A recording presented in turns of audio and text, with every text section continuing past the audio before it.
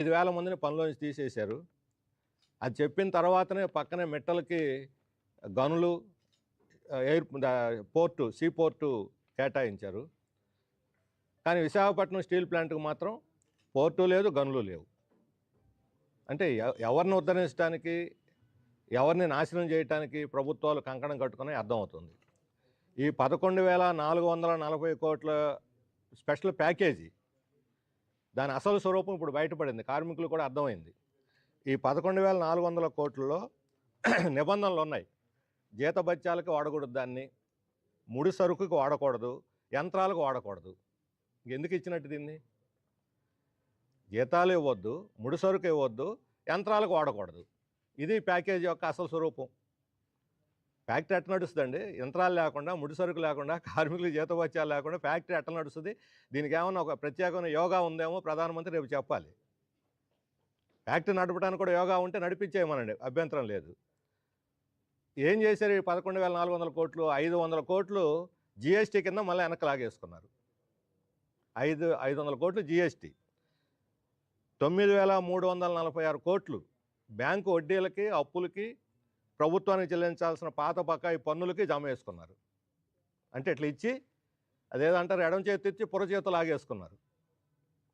ఇక యాక్చువల్గా ఫ్యాక్టరీకి మిగిలింది ఎంత అంటే ఈ ప్యాకేజీలో 1,594 కోట్లు. ఇంతకన్నా ఘోరమైన అన్యాయం అని ఉందా? ఇది మోసం చేయటం కాదా? ద్రోహం కాదా? వంచన కాదని మేము అడుగుతున్నాం. ప్యాకేజీ పేరుతో వంచన చేయటం ఎవరిని ఉద్ధరించడం? రాష్ట్రాన్ని ఉద్ధరించడానిక, ప్రజలను మభ్యపెట్టడానిక, మోసం చేయడానిక? ఈ రకంగా మోడీ మోసం చేస్తూ ఉంటే చంద్రబాబు నాయుడు గారు, పవన్ కళ్యాణ్ గారు ఏం చేస్తున్నారని చెప్పి అడుగుతా ఉన్నాం.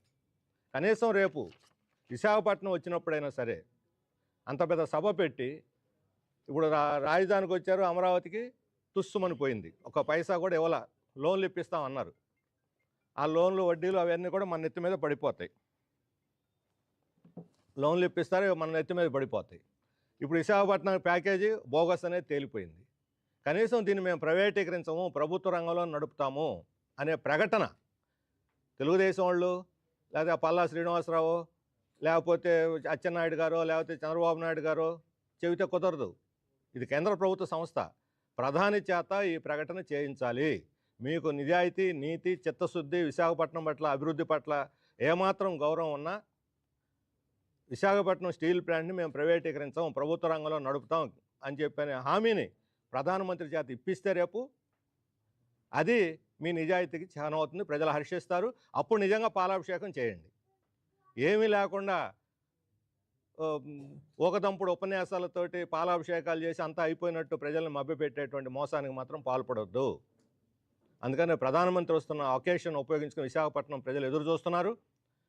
ఈరోజు వాళ్ళు విశాఖపట్నంలో జేఐసీ ఆధ్వర్యంలో నిరసన కార్యక్రమం కూడా పెట్టారు.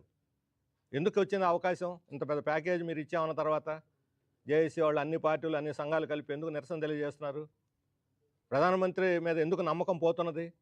చెప్పే మాటలకి, చేసే పనులకి సంబంధం లేదు కాబట్టే ఈరోజు ఆ ప్రధానమంత్రి మీద నమ్మకం పోతుంది ప్రజలకి. అందుకని చంద్రబాబు నాయుడు గారు, పవన్ కళ్యాణ్ గారు వ్యక్తిగతంగా ప్రధానమంత్రిని ఈరోజు సాయంత్రం కలుస్తారు కాబట్టి రాత్రికి మీరు లాబీ చేస్తారా, బతిలాడుకుంటారా, బామాలుకుంటారా? రేపు పొద్దున సభలో ఆయన చేత ప్రకటన చేయించండి. అప్పుడు 5 కోట్ల మంది ప్రజలు సంతోషిస్తారు. దాన్ని వదిలేసి 2 కోట్ల మందితో యోగా మేము చేస్తున్నాం, 2 లక్షల మందితో సమీకరిస్తూ వాట్సాప్ మెసేజ్ వచ్చింది. మీ అందరూ